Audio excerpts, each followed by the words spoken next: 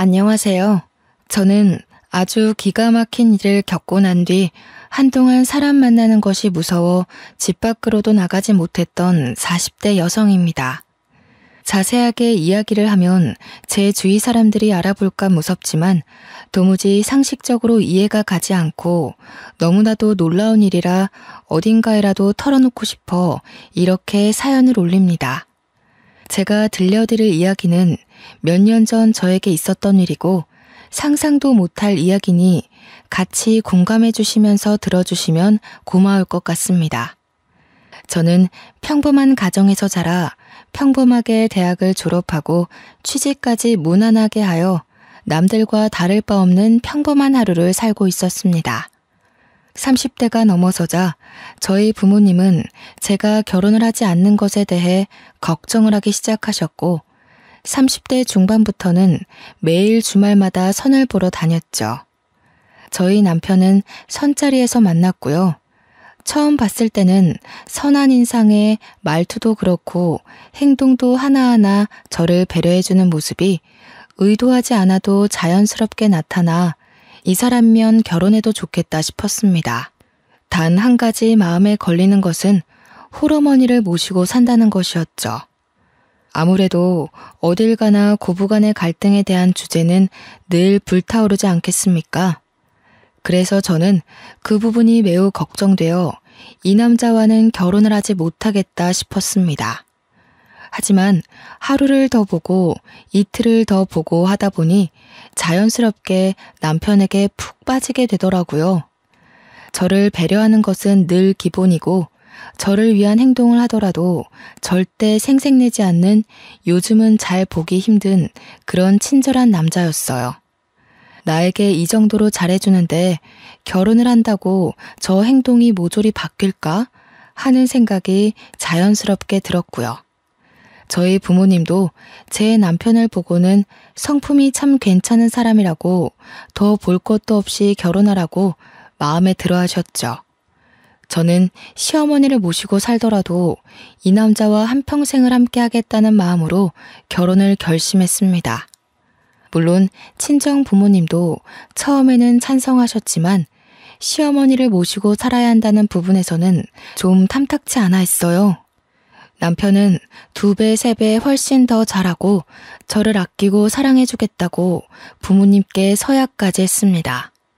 그렇게 조용조용한 시어머니와 저희 부모님의 상견례가 끝나고 일사천리로 결혼까지 진행이 되었습니다. 나이가 나이인지라 허례허식 없이 아주 빠르고 간략하게 결혼까지 마치게 되었고 저는 조금 두려웠던 시어머니와 합가를 하여 살게 되었습니다. 아가, 아무래도 너희 부부가 아이라도 낳게 되면 그때 다시 합치는 게 낫지 않겠니? 내가 우리 아들의 욕심 때문에 너희와 함께 산다지만 신혼부부와 함께 살자니 내가 영 편치가 않구나. 시어머니는 합가를 하자마자 제 눈치를 보시며 따로 살겠다고 하셨어요.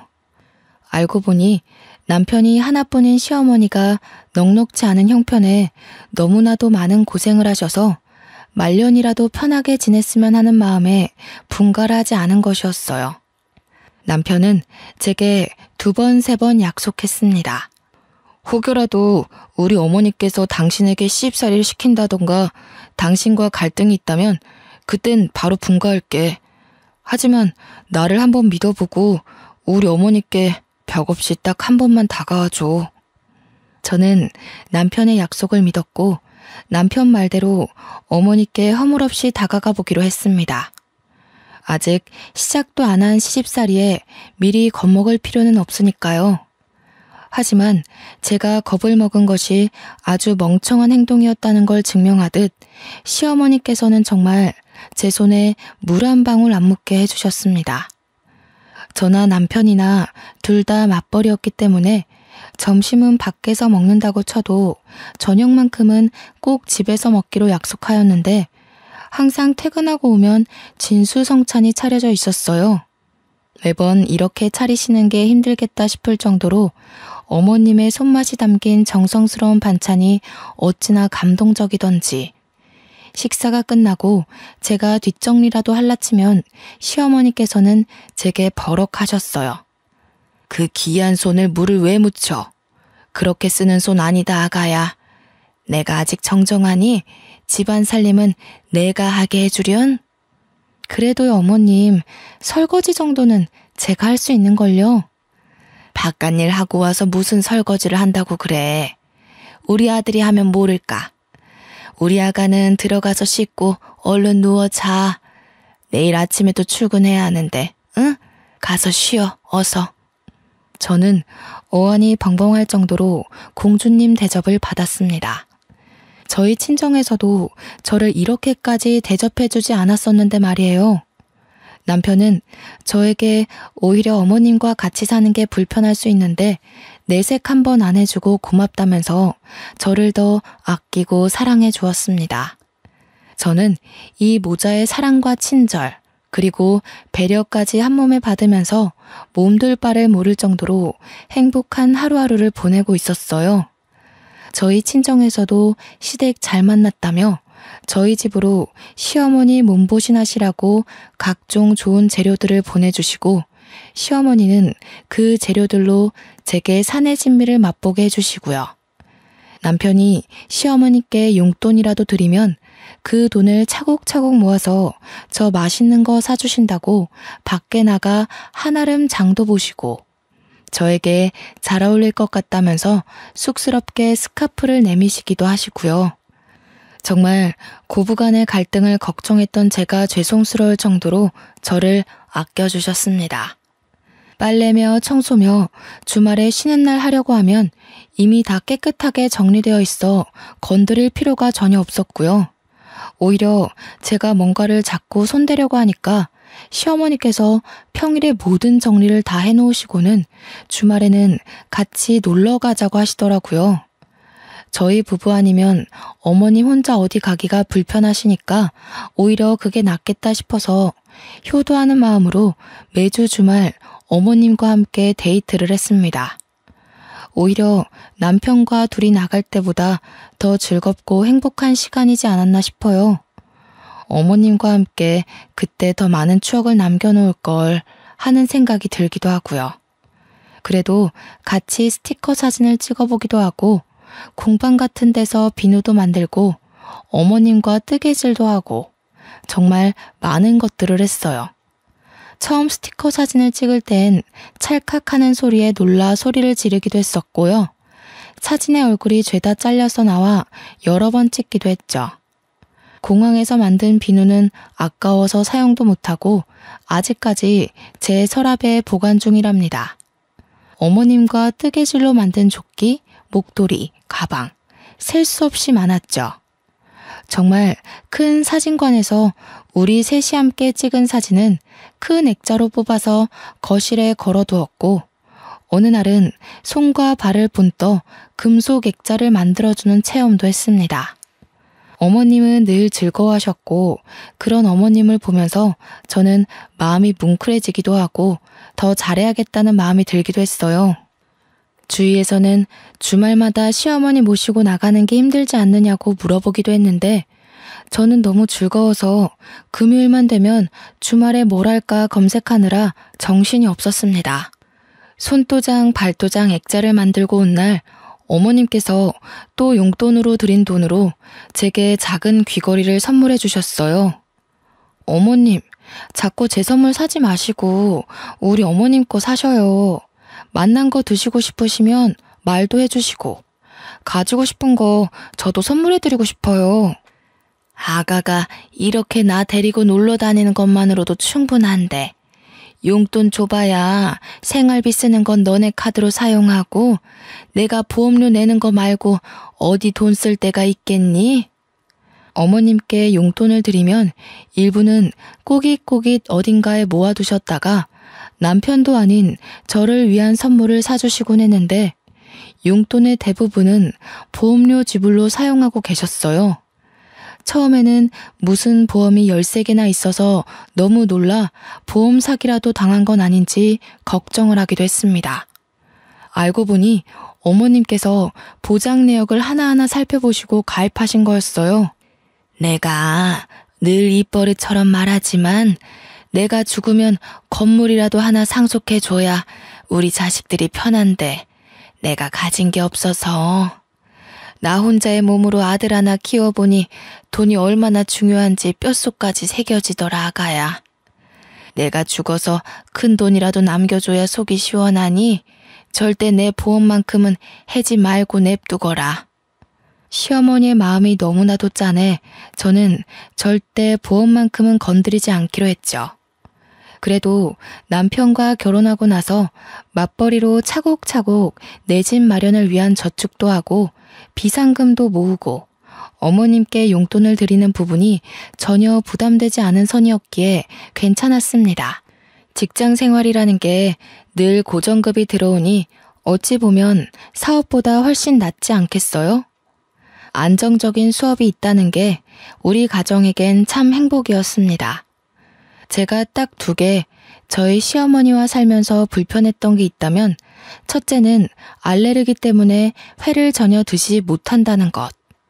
저는 어릴 때부터 횟집 사장님과 결혼할 거라고 외쳤던 날생선 킬러였는데 어머님께서 알러지가 있어 날생선을 전혀 드실 수 없었습니다. 그래서 회사에서 점심때 초밥이나 회덮밥 정도 먹는 걸로 제 마음을 달래야 했죠. 결혼하고 딱 2번 남편이 어머님께 말씀드려 코스 요리로 회 요리를 먹으러 갔었네요. 그때도 어찌나 죄송하던지 어머님께 우동이나 덮밥 같은 다른 요리라도 드시면 되니까 같이 가자 했는데 둘이 데이트하라고 보내주시더라고요. 커피를 사서 집으로 돌아오는데도 마음이 편치 않았던 터라 제가 그냥 회를 덜 먹는 걸로 결심했죠. 내가 얼마나 놀랐었는지. 그날이 군대 복귀하는 날이었거든. 그전까진 우리 형편이 좋지 못해서 회를 먹으러 간다는 생각을 못했던 거지. 내가 군대 선임이랑 한번 횟집 가서 광어회를 먹었는데 너무 맛이 좋은 거야. 그래서 휴가 나가면 어머님을 꼭 모시고 가야겠다 다짐을 해서 어머니와 함께 횟집에 간 거지. 자기 많이 놀랐겠네. 갑자기 어머님 알레르기 증상이 올라와서. 하필이면 복귀하는 날 점심에 그런 거였어. 같이 회를 먹고 있는데 어머니가 갑자기 목을 막 긁으면서 숨이 안 쉬어진다고 하시는 거야. 119 부르고 나는 복귀 시간 코앞이라 발 동동 구르고. 근데 우리 엄마가 쓰러지셨는데 어떡해. 영창 가도 어쩔 수 없다 하면서 병원으로 달려가 어머님 곁을 지켰지. 그래서 군대는 어떻게 됐어? 나중에 생각이 났지. 병원에서 부대로 전화를 걸었지. 부대는 다 뒤집어졌다는 거야. 내가 탈영한 줄 알고. 나 잡으러 헌병 출동한다 그러고. 다행히 어머님 아픈 거랑 다 병원 기록으로 증명이 되어서 호되게 혼나고 몰래 덮어주셨어. 남편은 그 뒤로도 회가 싫다고 했지만 또 저를 위해서는 같이 자리를 지켜주며 잘 먹어주었습니다. 이런 배려를 보여주는 내 사랑스러운 가족들을 어떻게 싫어할 수 있을까요?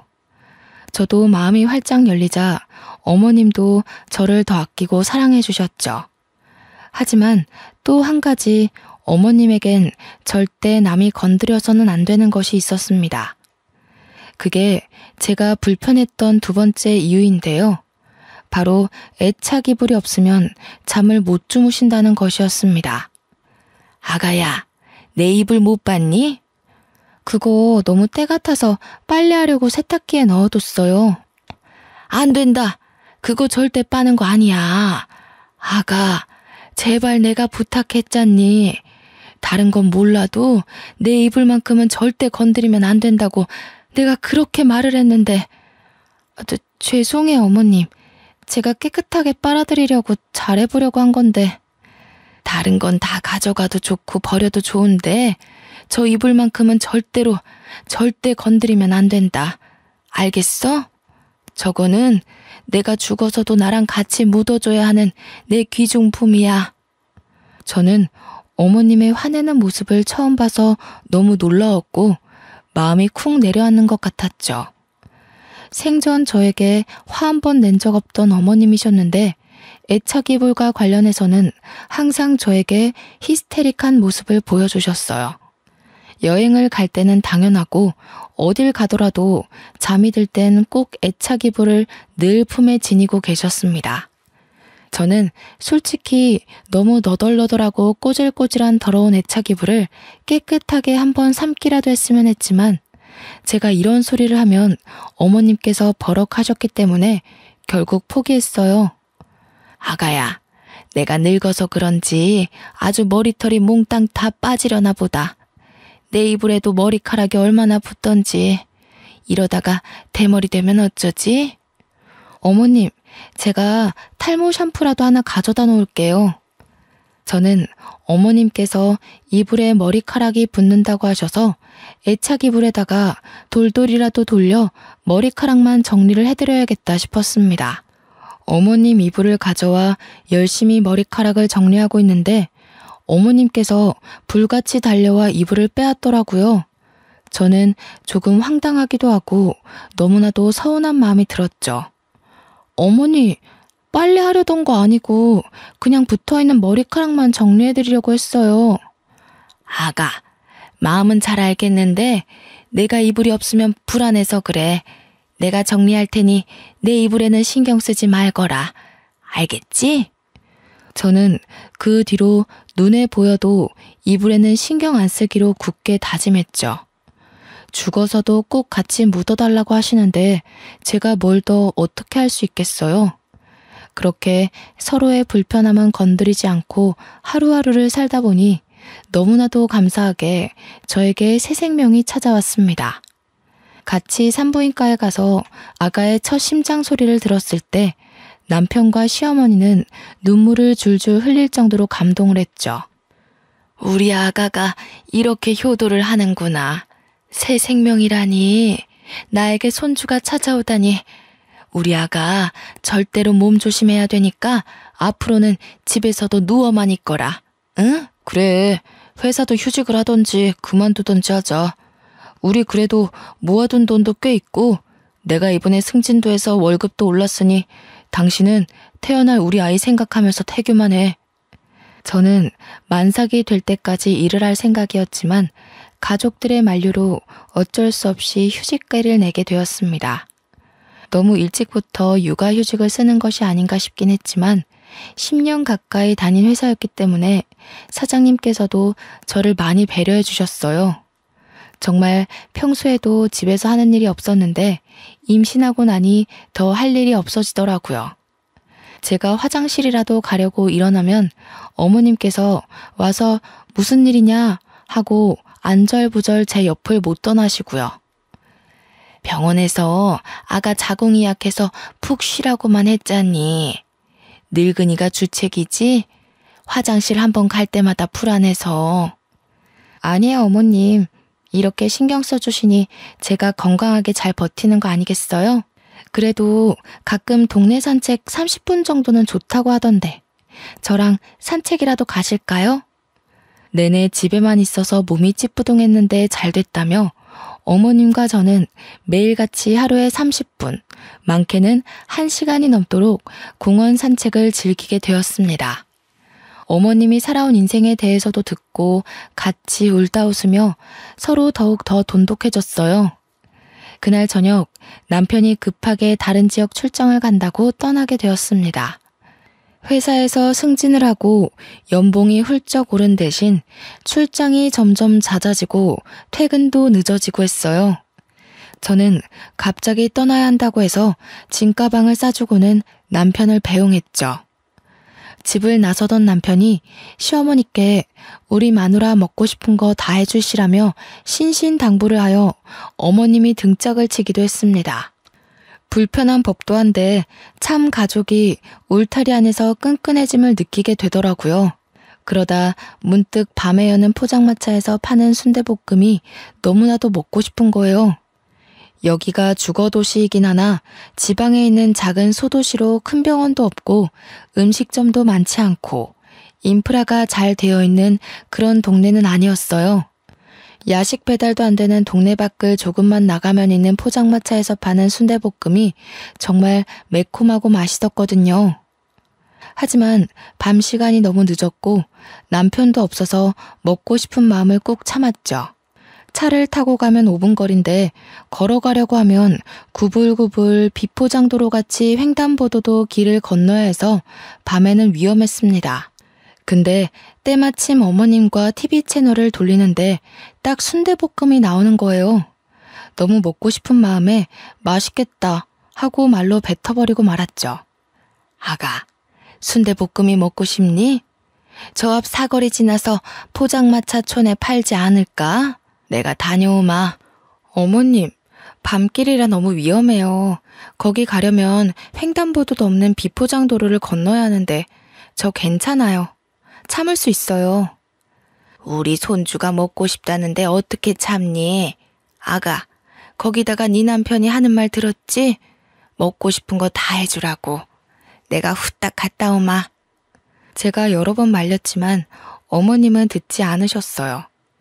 같이 가자고 말했지만 야밤에 위험하다면서 혼자 성큼성큼 가시는 거예요. 저는 걱정이 되어 이러지도 못하고 저러지도 못하고 발만 동동 구르면서도 순대볶음 생각에 침이 절로 고였습니다. 하지만 늘 제 생각처럼 모든 일이 행복하게만 흘러가지 않더라고요.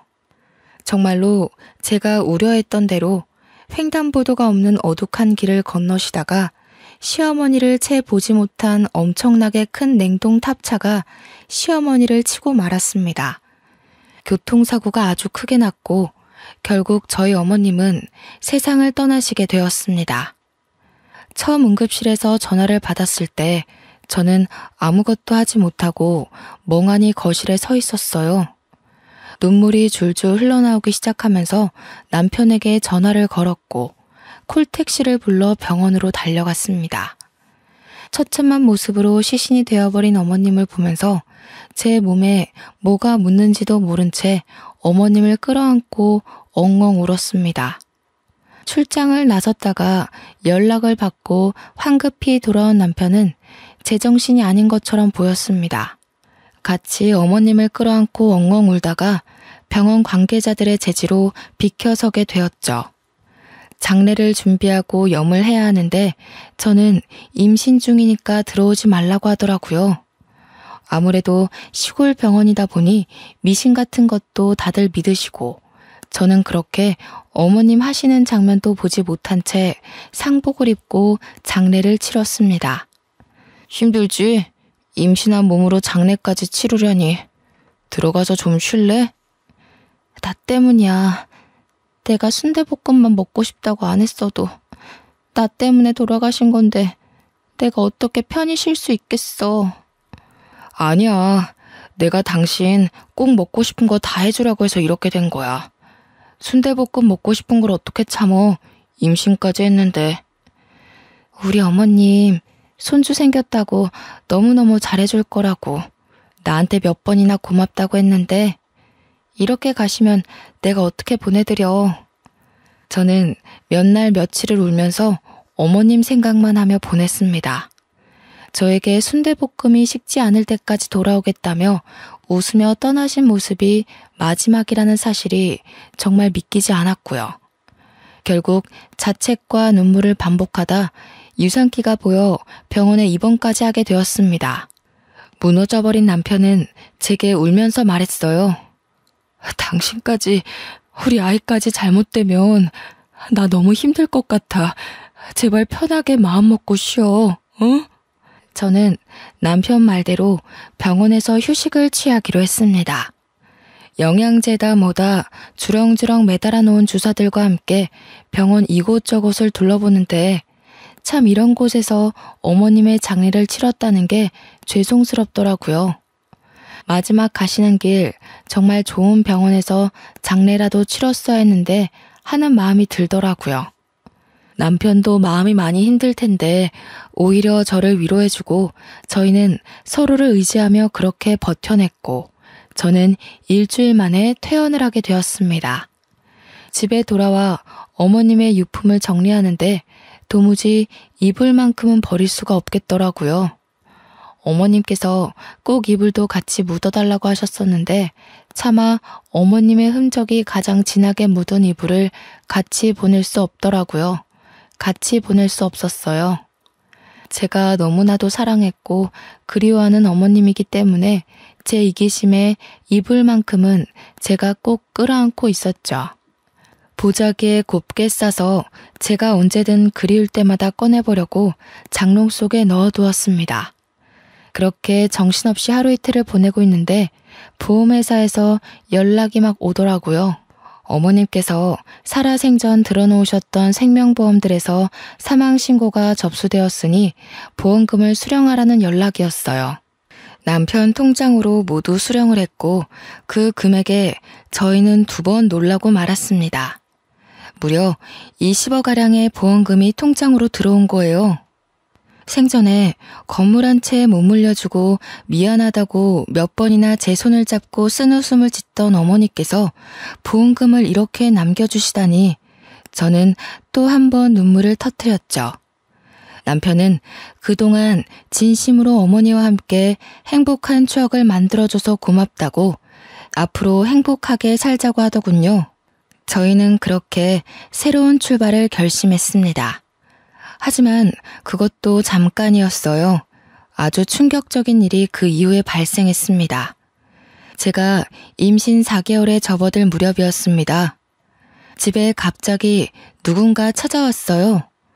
남편은 출근하고 없었고 친정 부모님은 여행을 떠나셨기 때문에 집에 찾아올 사람도 없어서 누군가 하고 인터폰으로 밖을 보니 어머님이 서 계신 게 아니겠어요. 저는 너무 놀라 소리도 지르지 못하고 멍하니 현관문 앞에 서 있었습니다. 얘야, 문 열어라. 장례까지 다 치르고 분명 강에 뿌려달라 하셔서 앞으로는 훨훨 여행 다니시라고 강에 뼈가루를 다 뿌리고 왔는데 죽은 시어머니가 문 앞에 서 있다뇨. 저는 놀라서 까무라칠 것 같았어요. 마음을 가다듬고 문을 여니 정말로 시어머니께서 저를 흘겨보고 계신 게 아니겠어요? 뭐가 이렇게 굼떠? 제게 확 쏘아붙이는 시어머니의 목소리까지 정말 제가 알던 그 어머님의 목소리와 똑같았어요. 저는 눈물을 줄줄 흘리면서 어머님을 꼭 끌어안아 보았습니다.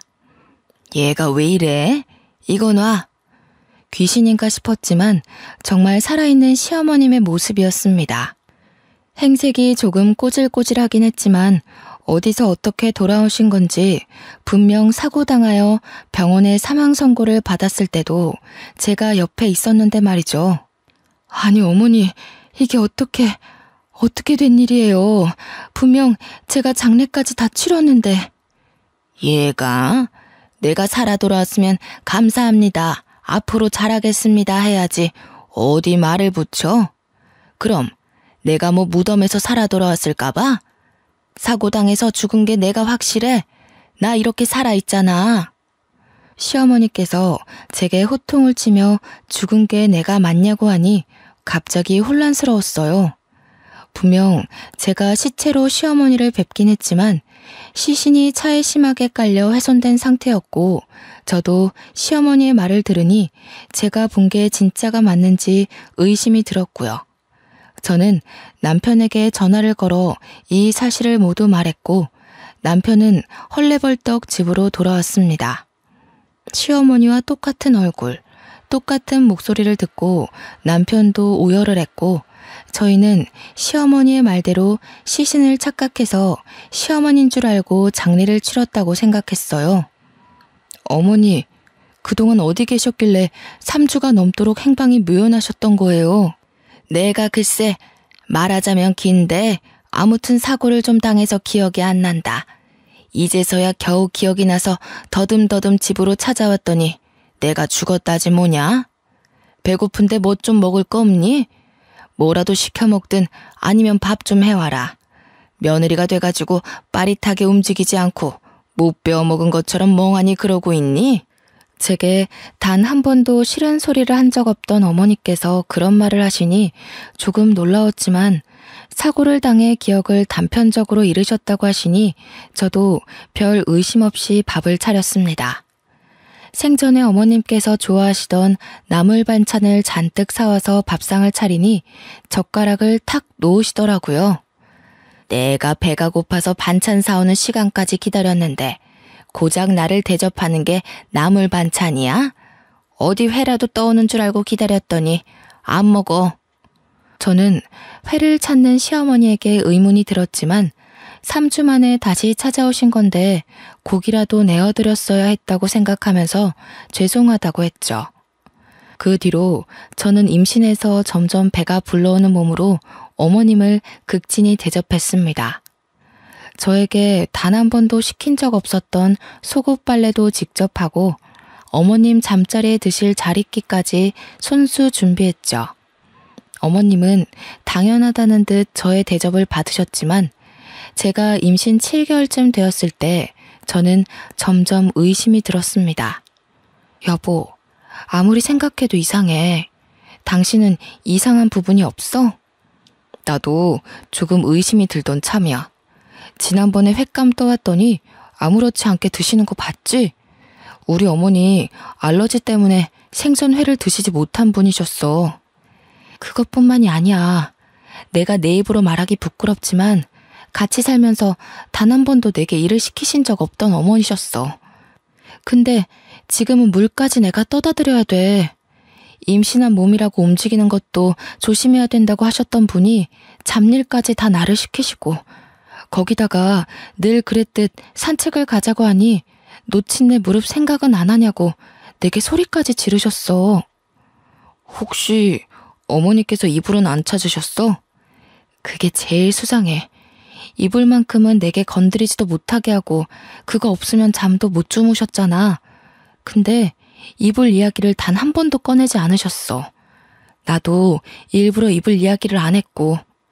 아무리 생각해도 모습은 우리 어머니가 맞는데 우리 어머니가 아닌 것 같아.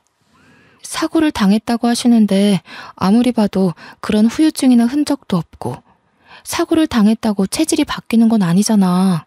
저희는 의심이 확신이 되었고 어떻게 하면 돌아온 시어머니가 우리 시어머니가 아니라는 걸 밝힐 수 있는지 고민을 했어요. 아니라고 하기엔 너무나도 똑같은 얼굴, 똑같은 목소리. 저희는 정말 정신이 파괴되는 것 같았죠. 그러다 문득 DNA 검사가 떠올랐어요. 저는 보자기에 꽁꽁 싸맨 어머님의 애착 이불을 꺼냈고 애착 이불에서 어머님의 머리카락을 발견할 수 있었습니다. 남편과 저는 이불에서 찾은 머리카락과 돌아온 어머님의 칫솔이며 떨어진 머리카락 등을 주어 유전자 검사 기관에 의뢰를 했습니다. 일주일 정도 걸린다는 말에 어찌나 피가 마르던지 정말 상상도 못할 긴장감에 손발이 차게 식는 기분이었습니다. 일주일 뒤 기관에서 연락이 왔고 저와 남편은 한달음에 달려갔어요. 그곳에서 정말 충격적인 결과를 받았습니다. 99.9% 일치한다는 결과였어요. 유전자가 일치한다니 그 말은 즉슨 저희 시어머니가 맞다는 이야기가 아니겠어요? 저와 남편은 정말 이 사태를 어떻게 받아들여야 할지 정신이 나가버렸습니다. 하지만 유전자까지 일치하는 마당에 가짜라고 의심할 수도 없는 상황이었습니다. 저는 점점 불러오는 배를 움켜쥐고 어머니의 수발을 더욱 열심히 들었습니다. 빨래할 때 내 거는 과일향 말고 시원한 냄새가 나는 세제를 쓰라고 했잖아. 그거 하나 못하니? 어머니, 원래 과일향 나는 세제를 좋아하셔서 비누도 그렇고 전부 과일향으로 사용하셨잖아요. 그건 그때고 지금은 지금이지. 그리고 반찬이 왜 이렇게 부실해? 매일 밥상에 고기는 꼭 올라가야 하는 건 몰라? 우리 아들 이렇게 고기도 못 먹고 지내는 거니? 너네 돈이 없어? 어머니 원래 나물 반찬만 드셨잖아요. 그리고 그이도 저녁에 고기 먹으면 속이 부대낀다고 잘 안 먹고요. 따박따박 말대답하는 것 좀 봐. 너네 친정에서 그렇게 가르치디? 항상 우리 친정 부모님께 감사하다고 인사하시던 시어머니의 모습은 온데간데 없고 친정을 운운하며 저를 혼내는 어머니를 보면서 너무나도 서글펐어요. 도무지 어떤 사고가 났길래 사람이 저렇게까지 변할 수 있나 무섭기까지 했죠. 어머니, 도대체 그날 순대볶음 사러 간 날 어떤 사고를 당하셨길래 이렇게까지 성격이 바뀌신 거예요? 뭐야, 지금 내 성격이 더럽다는 거야? 너 지금 나한테 욕하는 거니? 어? 저는 점점 마음의 문을 닫고 어머님과 대화하는 시간을 줄였습니다. 이게 바로 처음에 고민했던 고부간의 갈등인가 싶기도 했고요. 그러던 어느 날 남편과 어머님과 저 셋이 근교에 밥이라도 함께 하러 나갔는데 정말 또 한 번 의심하게 되는 발언을 어머님께서 하셨어요. 내가 사망 선고 받으면서 받은 사망보험금이 꽤 되는 걸로 알고 있다. 내가 알아보니 대충 봐도 20억은 되는 것 같던데. 나도 노후를 좀 즐기면서 살아야 하지 않겠니? 언제까지 이딴 시골에서 심심하게 살 수도 없고. 보험회사에 전화해보니까 이미 지급도 다 됐다고 하던데. 그거 내 몫이기도 하니까 반은 너네 줄 테니까 반은 나한테 주렴. 상식적으로 본인의 사망보험금이 얼마 나오는지 알아볼 필요가 있을까요? 어차피 죽어야지만 받는 돈인데 그걸 계산하고 있다는 게 도무지 이해가 가지 않고 납득이 되지 않았습니다. 남편과 저는 이건 아니다 싶었고 어떻게든 결정적인 증거를 찾아야겠다고 생각했습니다. 아무리 생각해도 성품이 곱고 천성이 아름다웠던 저희가 알던 시어머니가 아니었거든요. 그러다 문득 생각이 났습니다. 예전에 매주 주말마다 놀러 다니면서 공방에서 만들었던 손도장 액자가 말이죠.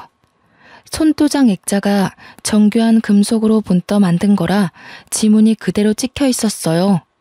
저는 정리해둔 상자에서 어머님과 함께 만들었던 손도장 액자를 찾았고 죽이 되든 밥이 되든 어떻게든 해결을 하자고 결심했습니다.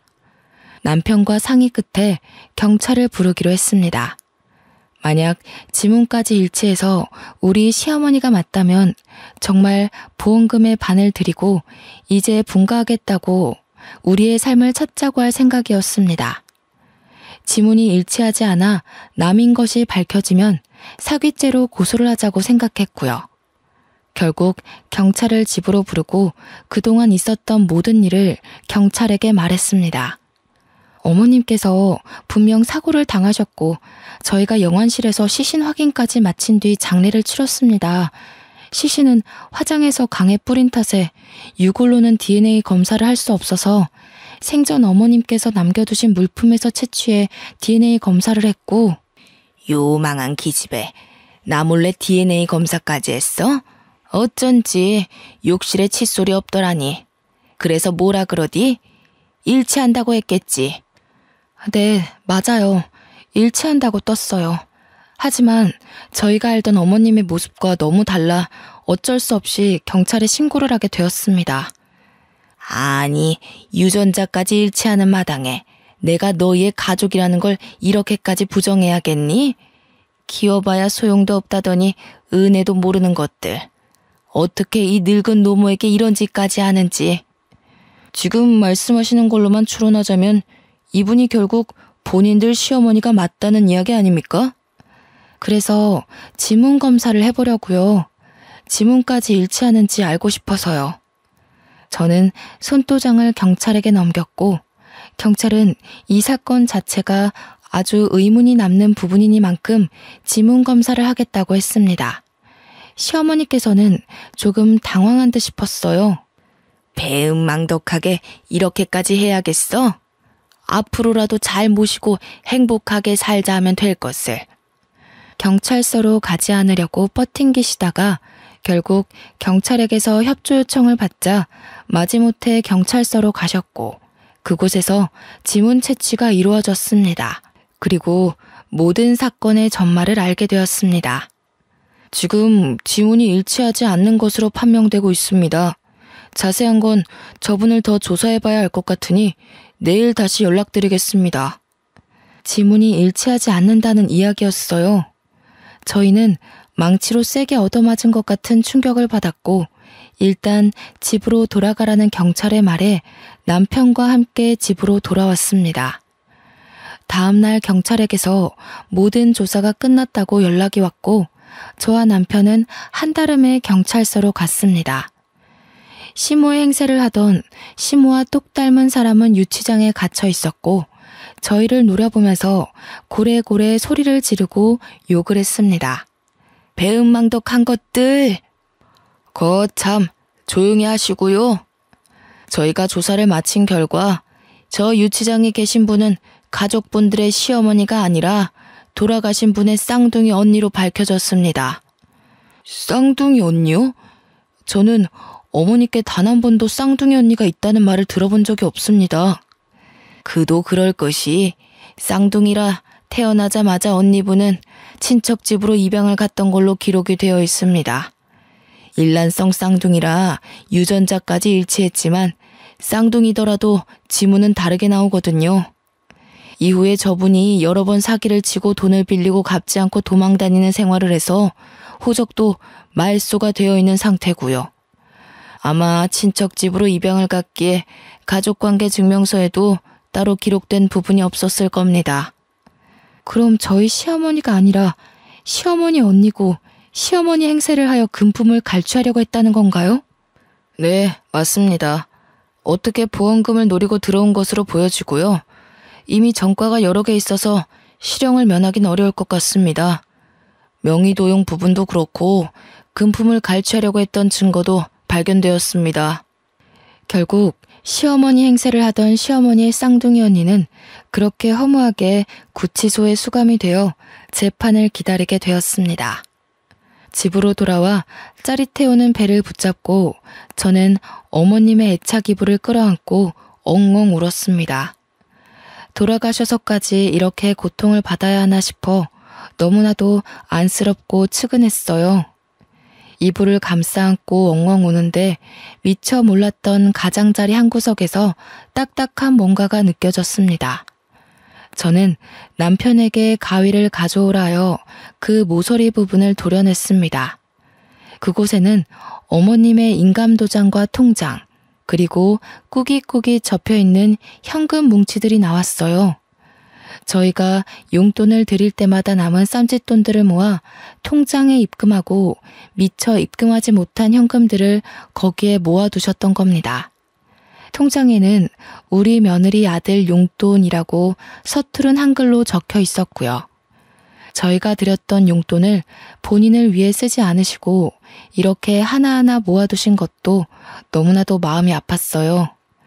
이런 돈으로 저에게 맛있는 것도 사주시고 스카프도 사주시고 했던 걸 생각하니 정말 가슴이 너무나도 저렸습니다. 보험금까지 큰 돈 남겨주시고 떠난 어머님을 생각하면 아직도 제 마음이 너무나도 아픕니다. 저는 이후 건강하게 아들을 출산했습니다. 회사에는 양해를 구하고 퇴사를 했고요. 지금은 벌써 시간이 꽤 흘러 아이도 유치원에 갈 나이가 되었습니다. 어머님이 살아계셨더라면 정말 저희 아이를 너무나도 예뻐해 주셨을 텐데 하는 마음이 들지만 분명 하늘에서 저희를 지켜주고 계실 거라 믿고 있습니다. 앞으로 이런 일은 두 번 다시 겪지 않았으면 하는 마음이 드는 하루입니다. 저는 지금 너무나도 행복하답니다. 여러분들도 행복한 하루 보내세요.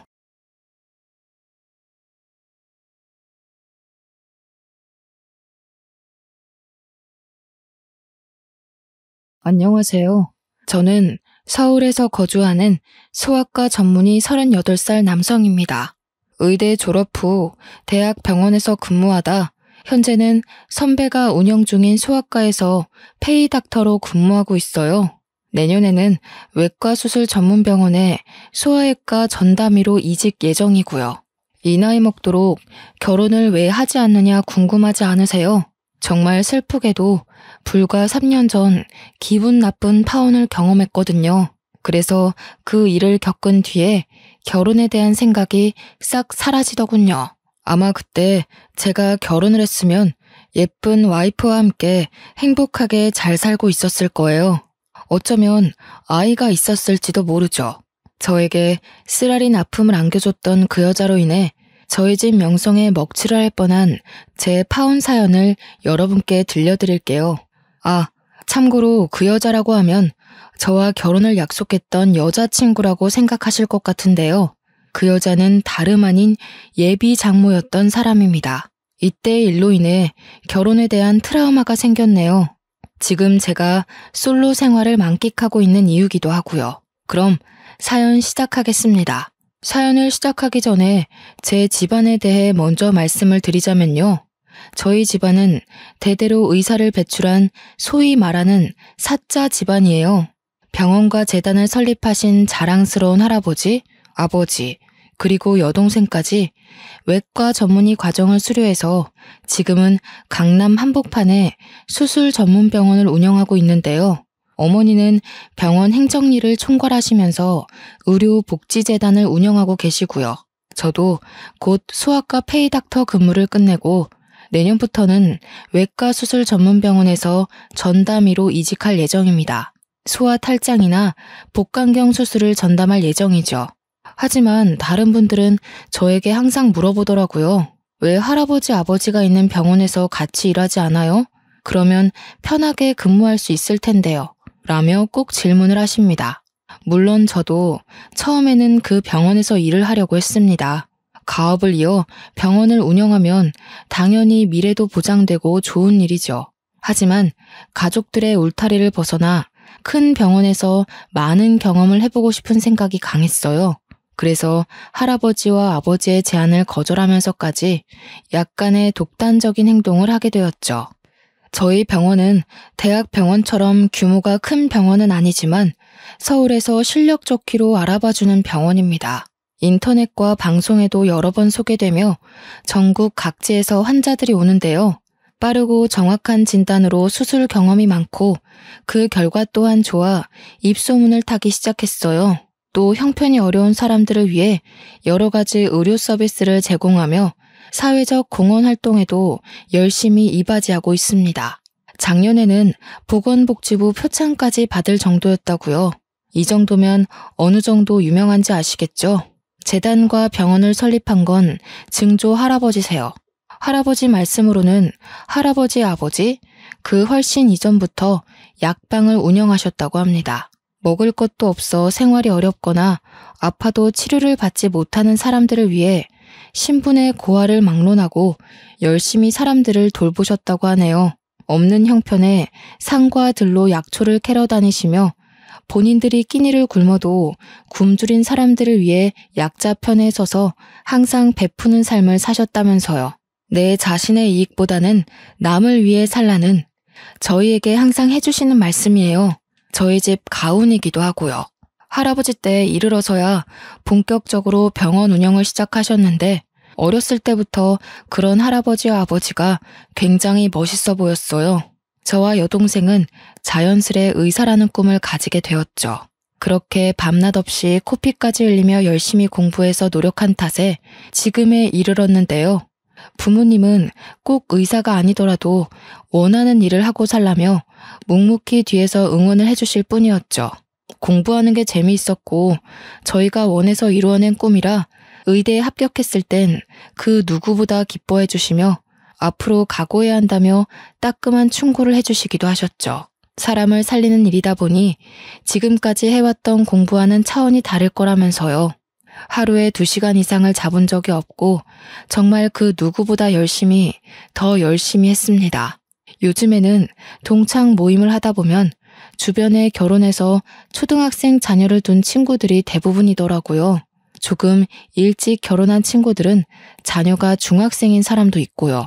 나이도 곧 40을 바라보는 나이라 동창회에 가면 아직까지 결혼도 안 하고 뭐 하냐는 말을 매번 들었는데 요즘에는 그나마 듣지 않고 살고 있어요. 친구들이 제 눈치를 보고 있기 때문이었죠. 이제는 그만 좋은 사람 만나야 하지 않아? 주변에 좋은 사람이 있으니 소개시켜줄게, 말만 해.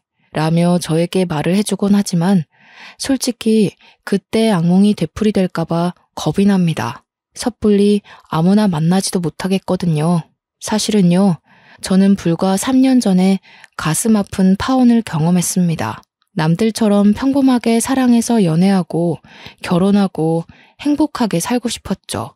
하지만 결혼은 남녀가 사랑한다고 해서 될 일이 아니더라고요. 헤어진 전 여자친구를 만나게 된 건 2년 정도 전이네요.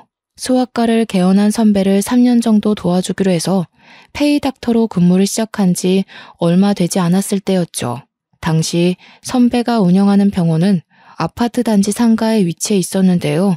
아파트 대단지 안에 있는 접근성 좋은 유일한 소아과여서 그런지 새로 생겼음에도 불구하고 오래된 병원처럼 늘 사람이 붐비는 곳이었죠. 소아과 특성상 상대하는 주 고객이 아기 엄마들과 할머니들인데요. 새로 개원한 병원인 탓에 청결함은 물론 진료를 잘 본다고 입소문을 타 방문객이 한참 많은 시기였습니다. 아유, 선생님, 혹시 결혼 안 하셨죠? 제 동생이 나이가 30인데 마침 남자친구가 없다네요? 선생님, 소개팅 한번 해보실래요? 의사 양반이 우리 손주도 낫게 해주고 명의일세 그려 우리 손녀랑 만나볼티요? 우리 손녀도 저기 무슨 회사에서 일한다고 그러더라고. 의사 양반 정도면 여자들이 아주 줄을 서겠어. 선생님, 너무 잘생기셨어요. 성격도 좋으셔서 인기도 엄청 많으시겠다. 어쩜 하느님은 이렇게 불공평하실까? 선생님한테 다 몰아주셨네. 자랑은 아니지만요. 제 외모는 아버지를 닮아 준수하게 생긴 편입니다. 얼마 전에 방영했던 드라마 중에 슬기로운 의사생활이라고 있죠. 거기서 나오는 안정원 역할을 했던 배우를 닮았다며 동네 이름을 붙여 구례동 안정원이라는 별명도 생겼답니다. 성격도 둥글둥글해서 어른들이 좋아하는 딱 사윗감 삼고 싶은 스타일이라고 하더라고요. 사람 사귀는 것도 좋아하고 특히나 아이들을 좋아하기 때문에 병원에 방문하는 아이들을 진심을 다해서 진료를 해주었습니다. 제 노력이 가상했는지는 모르겠지만 병원이 쉴 틈 없이 돌아갔죠. 엄마들 사이에서 입소문이나 항상 진료 대기실이 만석을 이룰 정도였거든요. 한 번은 개원한 지 얼마 되지 않아 처음 손녀를 데리고 오신 할머니가 계셨어요. 아들 부부가 손녀를 맡기고 여행을 갔는데 손녀가 감기 기운이 있는 것 같아 데리고 오셨다 했죠. 원래는 다른 병원에서 약을 처방받았는데 차도가 없어 병원이 새로 생겼길래 와보셨다면서요. 친절히 설명을 해드리며 아이의 진료를 해드렸습니다. 며칠 뒤 아이의 상태가 많이 호전됐다며 힘들 텐데 먹고 하라면서 병원으로 커피와 와플을 사다 주셨어요. 그 뒤로도 독감 주사, 예방접종 등 다른 병원을 가실 법도 한데 저희 병원으로 자주 방문하셨고요. 올 때마다 정성껏 진료를 받으렸고 가끔 한가할 때는 차 한 잔 내드리며 말동무도 해드렸습니다. 의사 양반, 매번 이 늙어 빠진 노인네 상대하느라 고생이 많아요. 아침에 손녀 유치원에 보내고 나면 늘 혼자 있는 시간이 쓸쓸해서 동네를 한 바퀴 돌고 나는데 집에 들어가기 전에 마지막으로 들리는 곳이 병원이라오. 손녀가 있을 땐 핑계라도 대면서 왔지. 가끔 진료가 방해되면 어쩌나 하는 생각에 집으로 그냥 가기도 했다오. 아니에요, 할머니. 제가 사람을 얼마나 좋아하는데요. 왜 그냥 가셨어요? 물론 바쁘면 힘들 수는 있겠지만 언제든지 편하게 놀러오세요. 식사를 대접해드릴 순 없어도 따뜻한 차 한 잔 내드릴 여유는 되니까요. 언제든 오세요. 젊은 사람이 말주변도 좋고 됨됨이가 아주 좋아 보이는구먼. 말이라도 고맙소. 내가 우리 딸한테 다음에 올 때 뭐라도 사가라고 전해야겠구만. 에이, 할머니, 그냥 오셔도 된다니까요. 더울 때 추울 때 상관 마시고 언제든 오셔서 편히 쉬다 가세요. 저희 휴게실에 안마의자도 있잖아요. 편하게 오셔서 그거라도 하시고요. 그러던 어느 날 처음 보는 여자가 그 할머니의 손녀를 데리고 병원에 온 겁니다. 알고 보니 할머니의 며느리, 그러니까 그 아이의 엄마였어요. 안녕하세요. 주아 엄마예요. 어머니한테 말씀 많이 들었어요. 저희 주아 진료 잘 봐주시고 어머니한테도 그렇게 잘해주신다면서요? 늘 칭찬을 아끼지 않으셔서 어떤 분인지 엄청 궁금했지 뭐예요. 좋게 봐주시니 감사할 따름이죠. 저는 당연히 해야 할 일을 한 것뿐인데요. 저희 돌아가신 할머니 생각도 나고요. 어머니가 빈말하시는 분은 아니거든요. 어찌나 선생님 칭찬만 하시는지요. 우리 주아 이번에 검진 받으면서 얼굴 한번 뵙고 싶어서 제가 직접 찾아왔답니다. 그런데 선생님, 혹시 여자친구 있으세요? 간호사로 일하는 친구가 있는데 소개시켜드리고 싶어서요. 여자친구요? 갑자기 소개팅이라. 아이, 괜찮습니다. 아쉽지만 저는 연애를 해본 적이 별로 없네요. 좋은 사람 있으면 저야 좋죠. 하지만 지금은 아이들 진료하며 제 일하는 게 더 좋은 것 같네요. 말씀이라도 감사합니다. 초면에 뜬금없이 소개팅 이야기에서 많이 당황스러우신 건 알겠는데요. 제 친구 솔로인 게 아까울 정도로 너무 좋은 친구라서 그래요. 두 분 잘 어울리실 것 같은데 한 번만 만나보시는 건 어떠세요? 부담 없이 만나서 커피 한잔하며 생각해도 늦지 않아요. 뜬금없는 소개팅 소리에 저는 당황스러워 손사래를 치며 거절했죠. 정말 심성이 곱고 착한 친구라며 만나보고 판단하라면서 저를 몰아붙이는 게 아니겠어요? 솔직히 같은 의료 종사자라는 말에 관심이 갔습니다. 한 번쯤 만나보는 것도 좋을 것 같다는 생각도 들었고요. 뭐 어쩌겠습니까? 소개팅 하겠다고 승낙했죠. 목요일에는 제가 진료가 일찍 끝나는 날이라 그때 만나기로 약속을 잡았습니다. 며칠 뒤 소개팅 자리에 나갔는데 여자친구는 굉장히 차분하며 우아한 모습이었어요. 정말 단아하다는 말이 어울리는 모습이랄까요? 주변에서 빛이 난다 할 정도로 화사하고 밝은 인상이 참 예뻤습니다. 여자친구는 저보다 6살이 어렸고 성형외과에서 근무하는 간호사였습니다. 외모는 말할 것도 없이 백이의 천사라는 말이 어울릴 정도로 천사 그 자체였어요. 원래는 전라도 광주에 있는 대학병원에서 근무하다 몇 개월 전에 서울로 이직해 올라왔다더군요. 같은 분야 종사자라서 그런지 서로 대화도 잘 통했고 느낌이 좋았죠. 동글동글하고 큰 눈에 단아한 표정과 약간 웨이브진 긴 머리. 정말 백이의 천사라는 말이 무색할 정도의 누구나 좋아할 훈훈한 스타일이었어요. 간호사 직업 특성상 환자의 이야기를 잘 들어주어야 하는데 배려심 깊고 제가 하는 이야기에 집중하며 귀를 기울여주는 모습이 너무 예뻤어요. 저는 여자친구에게 강한 호감을 느끼게 되었죠. 저녁 식사 후 영화도 보고 커피도 마시며 시간 가는 줄 모르고 데이트를 즐겼습니다. 헤어짐이 아쉬웠던 저희는 번호 교환을 하게 되었고 몇 번의 만남 끝에 연인 사이로 발전하게 되었죠. 연애를 하는 동안 여자친구는 짠순이까지는 아니지만 소소하게 절약하는 습관을 가지고 있었습니다. 카페에 일회용 컵 대신 자신의 텀블러를 들고 다닌다던가 한두 정거장 정도는 걸어서 다닌다던가 300 조금 안 되는 자신의 월급을 알뜰하게 쪼개서 적금 생활비로 알뜰하게 나눠서 썼고요.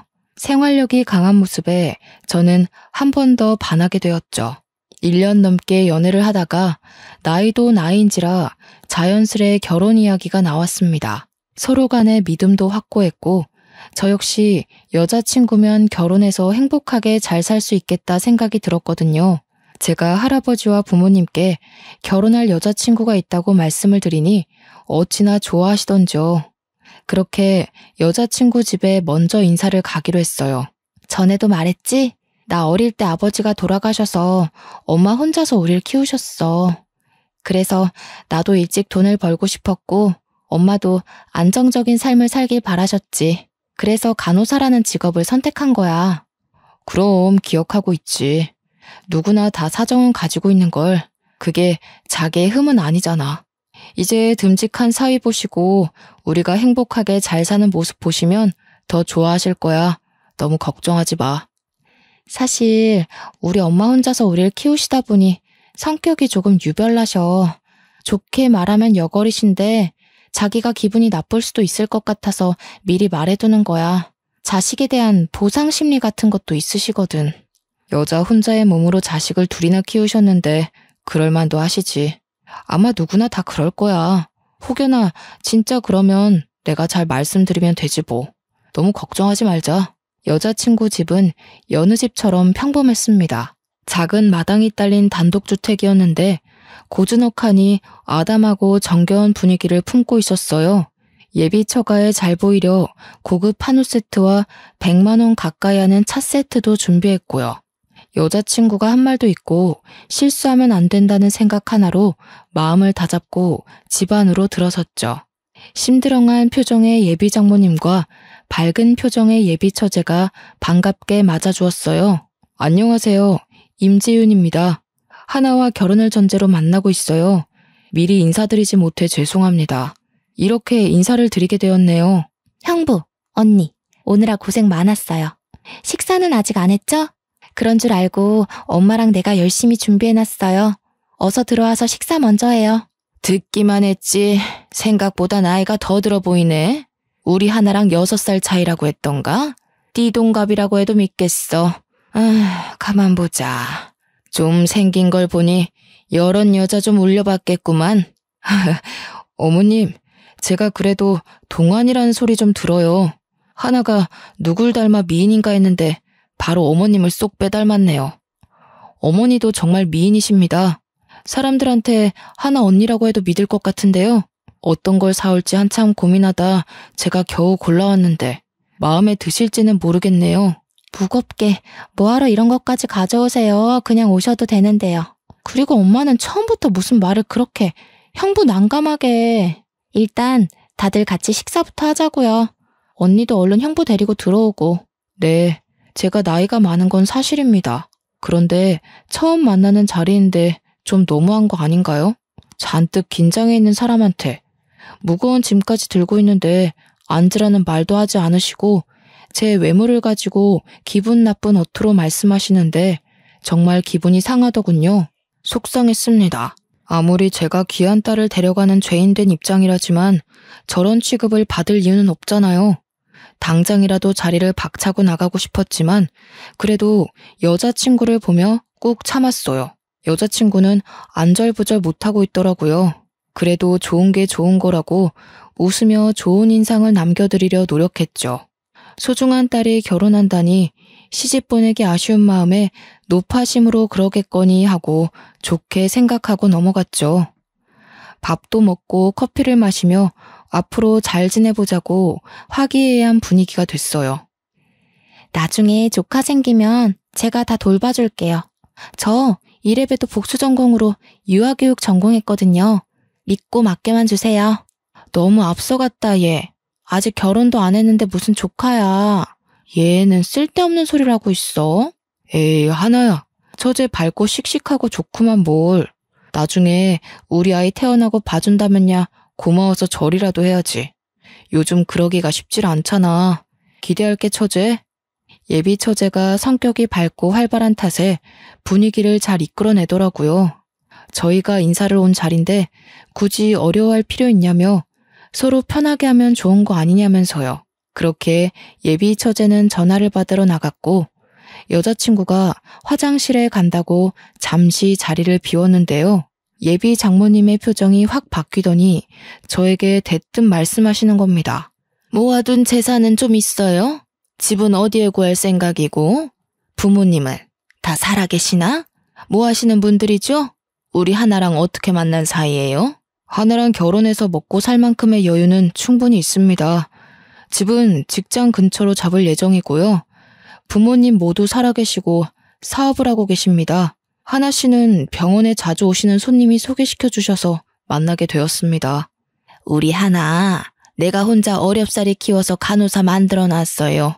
애 아빠가 사고로 죽고 일도 안 해본 나 혼자 아둥바둥 그렇게 평생을 힘들게 살았거든요. 나도 솔직히 애미 된 입장에서 우리 하나가 너무 아까워요.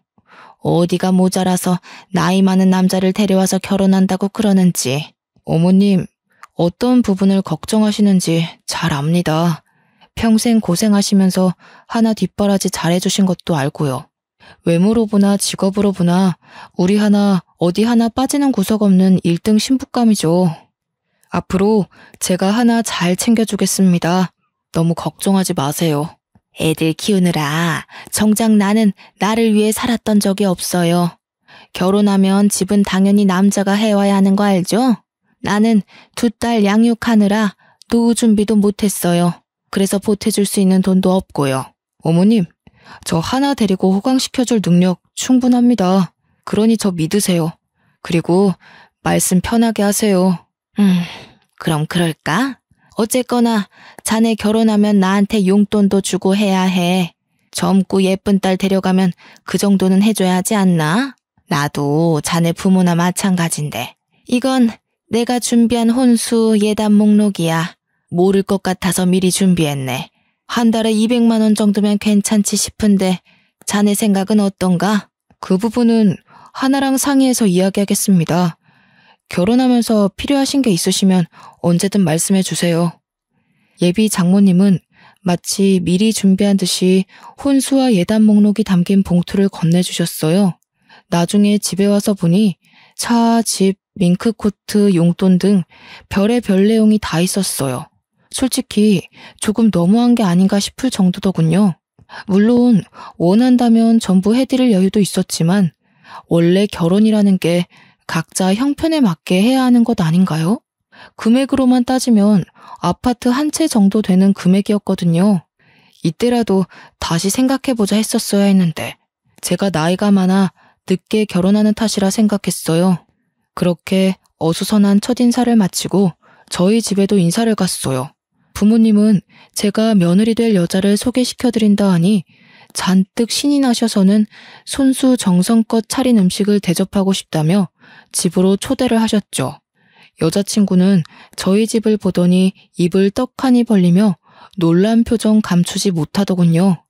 어느 정도 여유는 있겠다 했는데 이 정도일 줄은 몰랐다면서 뭐라고 말해야 할지 모르겠다고요. 그리고 식사를 하며 저희 집안에 대해 이야기를 해주었어요. 부담스러울까봐 미리 말하지 못해서 미안하다는 사과와 함께요. 하나씨, 부담스러워하지 말고 많이 들어요. 원래는 밖에서 보자고 하려 했는데 그래도 귀한 손님이 오는데 바깥 음식을 먹으면 쓰나. 도우미 이모님이랑 내가 함께 준비한 거지만 많이 먹어요. 이 녀석이 숫기가 없어서 언제 정신 차리나 했는데 아가씨를 보니 내 마음이 놓이는구먼. 어디 불편한 건 없나? 보니까 이 녀석이 집 얘기를 한 번도 안 했나 보구먼. 예끼, 재윤아, 네 색시한테 실수한 게다 이놈아. 아니에요, 할아버님. 제가 굳이 물어보지 않았는걸요. 재윤 씨만 보면 되는 거지. 배경이 중요한 건 아니라서요. 이렇게 환대를 해주시니 몸둘 바를 모르겠어요. 음식도 정말 맛있고요. 결혼 준비하면서 힘든 거 있으면 언제든지 재윤이 통해서 말해요. 저 녀석이 마음에 안 들면 나한테 직접 이야기해도 돼요. 이제 우리 가족인데.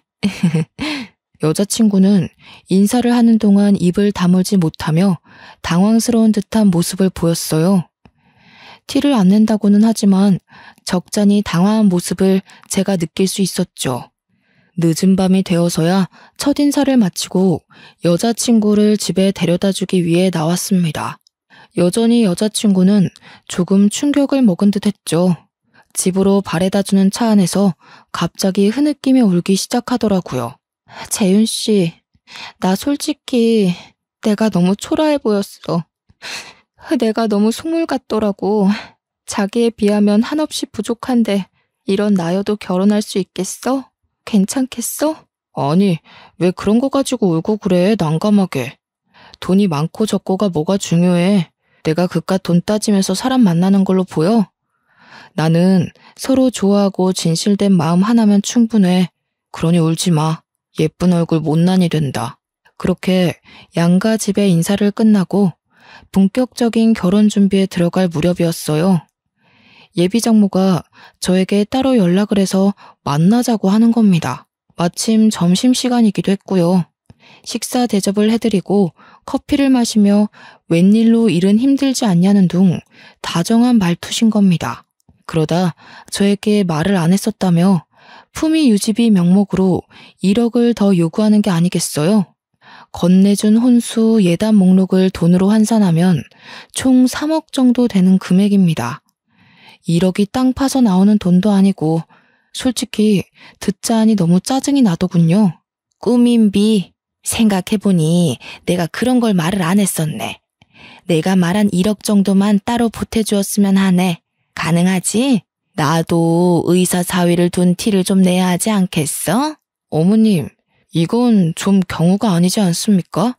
아무리 제가 나이가 많고 하나같이 부족함 없는 사람을 아내로 맞이한다 한들 저한테 너무 과하게 바라시는 것 같으세요.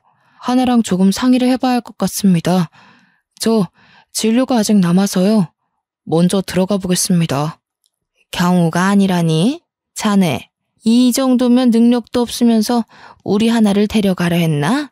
솔직히 조금 실망이네. 아니면 나한테 주는 돈이 아까운 겐가? 사람 그렇게 야박하게 구는 거 아니야. 하나랑 상의해보고 말씀드릴게요. 제가 섣불리 어떻게 하겠다고 말씀은 못 드립니다. 너무하시다는 생각 안 드세요? 하나 통해서 연락 드릴 테니 그런 줄 아세요. 그날 퇴근 후 여자친구를 만나 예비 장모님에 대해 이야기했습니다. 하나야, 처음 인사 갔던 날 어머님이 나한테 예단 목록이라며 주신 것들이야. 그리고 오늘 점심시간에 날 찾아오셨더라고. 근데 꾸민비로 1억을 더 달라고 말씀하시는 거야. 물론 내가 해드릴 수 있어. 하지만 너랑 상의를 해봐야 할 것 같아서. 근데 하나, 너는 이런 사실을 알고 있었어? 이게 다 뭐야? 정말 엄마가 이걸 줬다고? 이게 다 얼마야? 우리 엄마가 언제 이런 걸 다 모르고 있었나 보네. 물론 충분히 해드릴 순 있어. 그동안 힘들게 사셨고 하나밖에 없는 딸 시집 보내는데 이제는 좀 편하게 사셔야지. 근데 뭐든지 적정선이란 게 있는 거야. 요구하시는 게 과하다고 생각하지 않아? 나한테 계속 이런 식이면 우리 결혼은 다시 생각해봐야 할 것 같아. 미안해 재윤 씨. 알다시피 엄마가 나를 어렵게 키우셨잖아. 그래서 보답받고 싶은 심리가 강하셔. 그런데 이 정도일 줄은 몰랐어. 내가 엄마한테 잘 이야기해볼게. 결혼하지 않겠다는 말은 제발 하지 말아줘. 내가 우리 엄마한테 단돌이 잘할 테니까. 제발. 재윤 씨, 나 안 사랑해? 저는 아직 여자친구를 사랑하는 마음이 컸습니다. 물론 예비 장모님 때문에 어쩔 수 없이 뱉은 모진말이지요. 저는 마지막 기회다 싶어 예비 장모님이 다시는 이런 행동을 하지 말 것을 약속받고 결혼을 재개하기로 했어요. 이런 일이 있다면 여자친구를 통해 이야기를 하라는 말을 전달드리면서요. 며칠 뒤 조금 잠잠하나 싶더니 예비 장모님이 연락을 하셨습니다. 제가 바빠서 휴대폰 전화를 받지 못하자 병원으로 전화를 하셨더군요. 자네, 어떻게 그럴 수 있나? 내가 실수를 조금 했기로써니 하나를 얼마나 쥐잡듯 잡았으면 나한테 와서 소리를 치냔 말이야. 내가 자네한테 과한 부탁을 한 건가? 그게 그렇게도 과해? 우리 귀한 딸 데려가면서 그 정도 할 생각은 했어야 하는 거 아니냐고. 자네, 실망이 크네. 자네, 내가 생각이 짧았네. 내가 그랬으면 안 되는 거였는데 실수했네. 예단은 내가 줄여서 다시 보내주겠네. 미안하네. 정말 극과 극이지 않나요? 더 웃긴 건 뭔 줄 아세요? 저렇게 전화와서 화를 내고 억지를 부리며 악다구니를 쓰시다가도 어느 날엔 자신이 생각이 짧았다며 누그러진 모습을 보이신다는 겁니다. 그러다 또 며칠 뒤엔 아무리 생각해도 이건 자신이 억울하다며 돈을 더 달라는 둥, 물론 여자친구는 이런 사실조차 모른다는 거죠. 어른한테 죄송한 말이지만 정말 돈에 환장하신 건가 미친 거 아닌가 생각이 들더군요. 중요한 건 차라리 여자친구를 통해 당당하게 이런 이유가 있으니 이런 식으로 해달라 요구를 하면 좀 나았을 겁니다. 자식 팔아서 장사하려는 것도 아니고 이게 뭡니까? 그렇게 하루가 멀다 하고 연락해서 잔소리를 해대는 통에 이건 정말 아니다 싶은 생각이 들었습니다. 마침 그날 환자도 많고 바쁘고 정신없었지만 스트레스가 이만저만 아니었거든요. 오래의 고민 끝에 여자친구와 저녁 약속을 잡았습니다. 하나야, 나 더 이상은 못 참겠어. 어머님 해도 정말 너무하시는 거 아니야?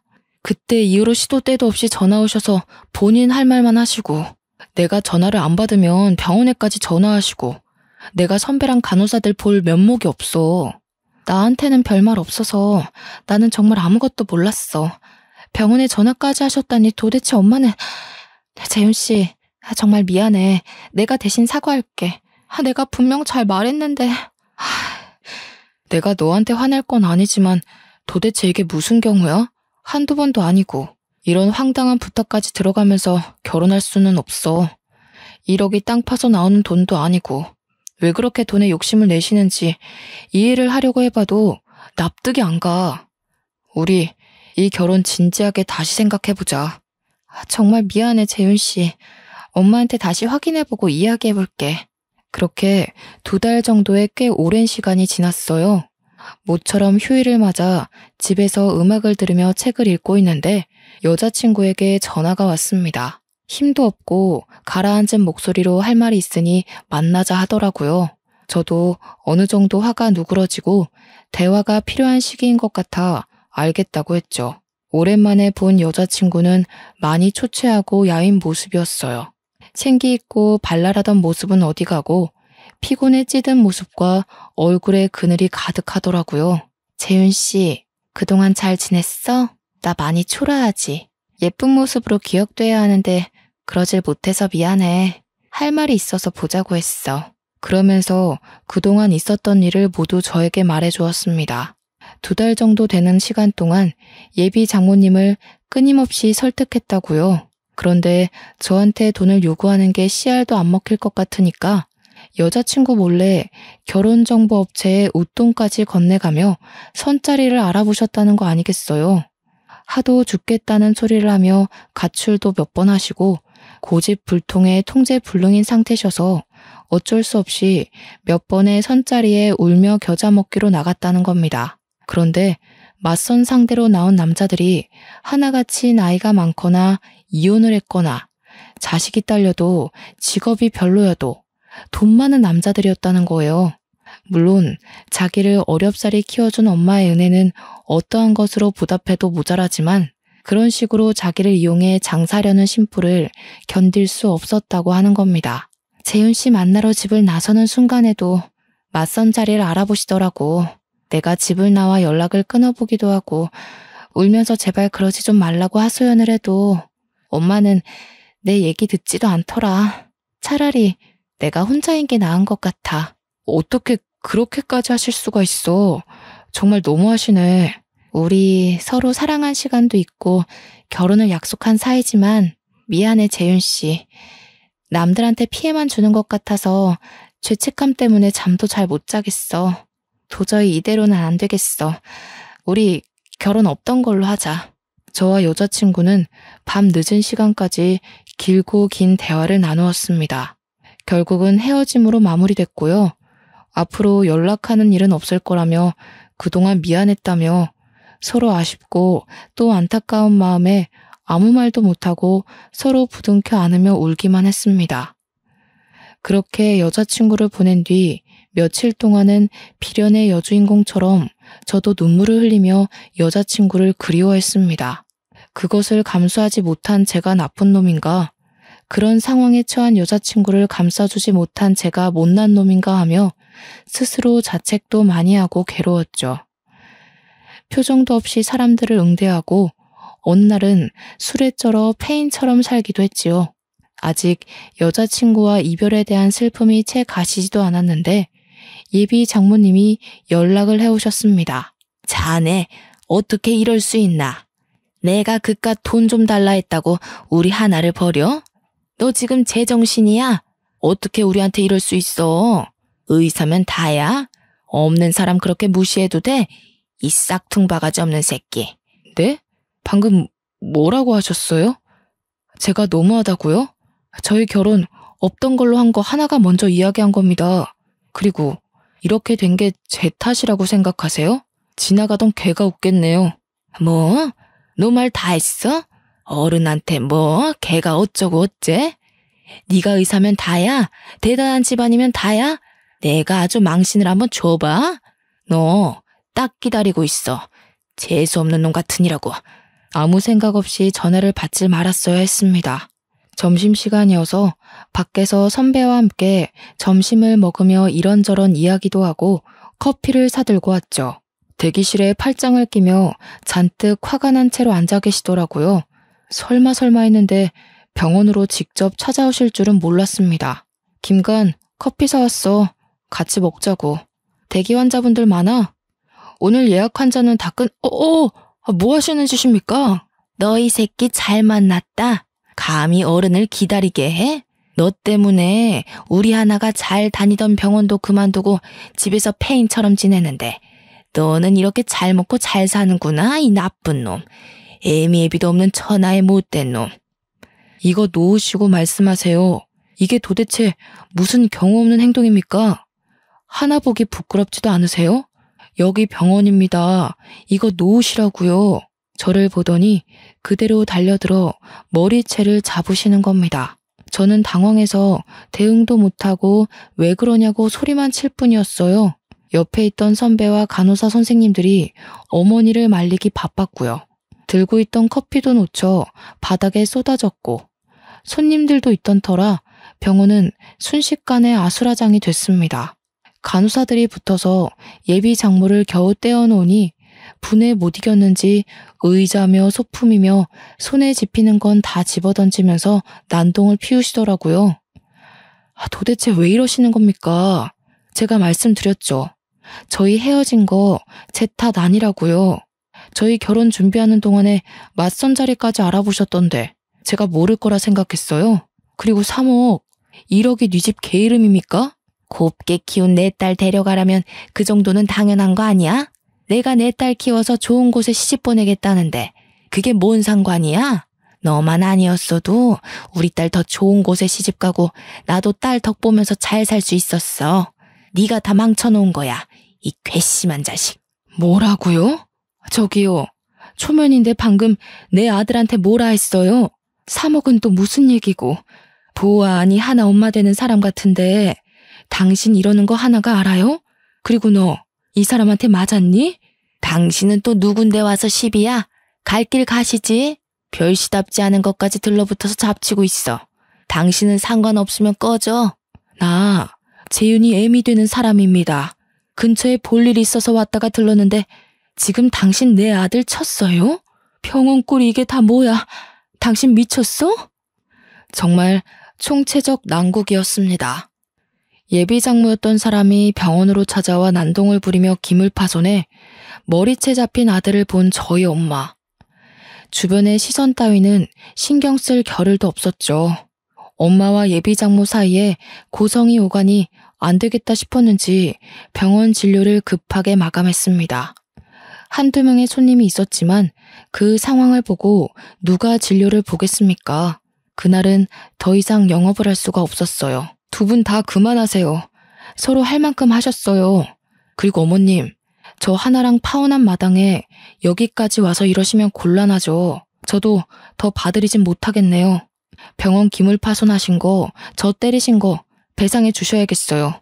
여기가 네 병원이라도 돼? 배상? 까짓것 해봐. 나 돈 없어, 배째. 그러게 누가 우리 딸 뻥 차버리래? 그렇게 잘난 여자가 어딨다고 애초에 넘보지도 못할 놈이 말이야.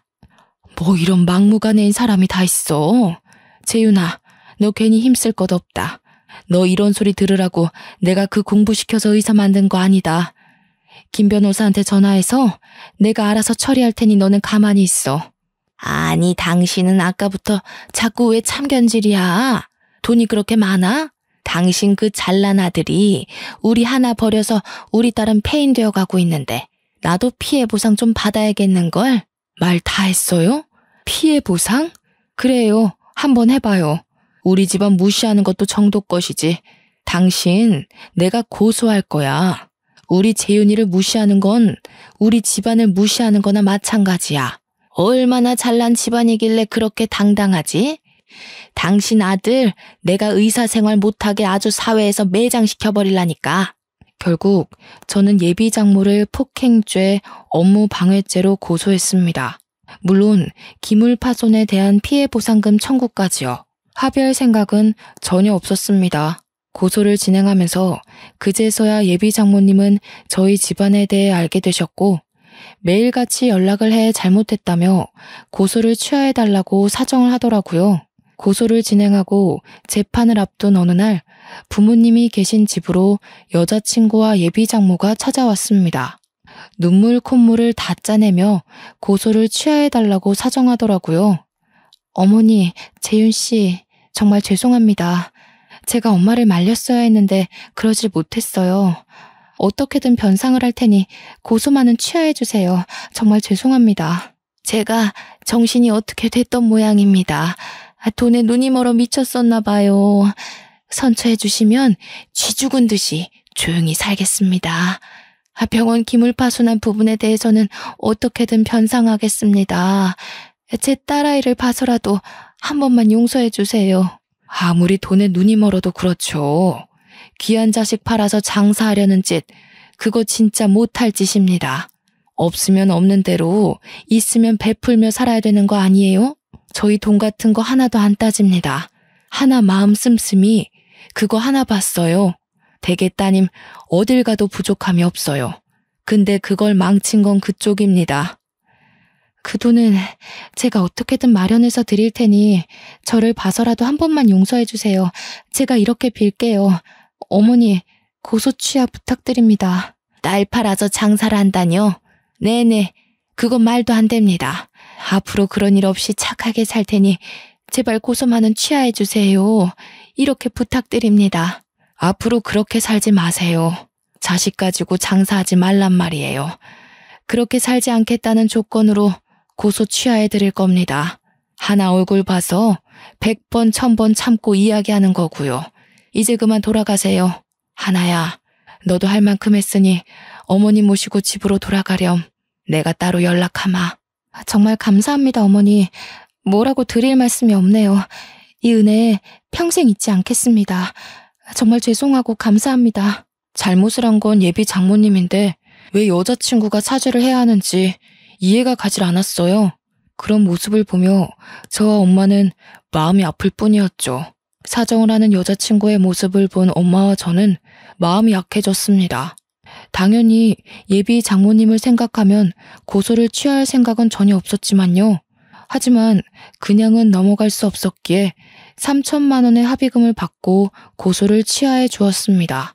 그 돈은 선배의 병원을 수리하고 망가진 장비를 구입하는 데 사용했고요. 엄마는 그런 못된 인간은 정신을 차리게 해주어야 한다며 아쉬워하셨어요. 한바탕 소란이 일고 전해 들은 소식으로는 여자친구가 다른 지역으로 이사를 갔다더라고요. 어디로 갔는지는 저도 모르겠습니다. 저는 선배의 병원을 그만두고 강남에 있는 아버지가 운영하시는 병원으로 이직했습니다. 선배한테는 병원에 근무하면서 신세 많이 지고 간다고 말을 건넸고요. 이직한 뒤에는 외과 전문 병원이라 그런지 수술도 많고 끼니를 제때 챙겨 먹지 못할 만큼 바쁜 나날을 보내고 있어요. 부모님께 병원 운영에 관한 것도 배우고 있고요. 할아버지가 늘 말씀하시던 것처럼 제 자신보다는 남을 위해 살아가는 인생을 살고 싶어요. 지금 이 글을 쓰는 이 순간에도 여자친구가 생각나지만 가슴 깊이 묻어두려 합니다. 독신으로 사는 것도 나쁘지는 않을 것 같아요. 시간이 약이라는 말이 있죠. 1년 정도가 지났을 무렵에서야 일에 취해 사니 이별의 아픔이 조금은 나아지더군요. 이별의 상처가 전부 아문 것은 아니지만 지금은 잘 살고 있겠거니 할 뿐이었죠. 깊은 사랑을 했던 터라 일부러 기억 속에서 지우려 해도 생각이 안 나진 않더라고요. 그런 가슴 아픈 이별을 겪은 뒤 저는 결혼에 대한 생각이 싹 사라졌습니다. 주위에서는 더 늦기 전에 해야 되는 것 아니냐며 좋은 사람을 소개시켜 주겠다고 난립니다. 부모님도 한 살이라도 젊을 때 다시 생각해보라며 할아버지한테 증손주 안겨드릴 생각 없느냐고 가끔 한 소리 하시고요. 저는 아마 남은 인생을 독신으로 살아가지 않을까 싶네요. 혹시 저처럼 이런 가슴 시린 일을 겪으신 분이 계신가요? 그렇다면 저의 사연을 읽고 조금이라도 공감과 위로가 되셨으면 좋겠습니다. 이별을 한다는 건 정말 슬프고 가슴이 미어지는 일이지만 겨울이 지나고 봄이 오듯이 언젠간 우리가 갖고 있는 상처도 아물 겁니다. 저의 긴 사연을 들어주셔서 감사합니다.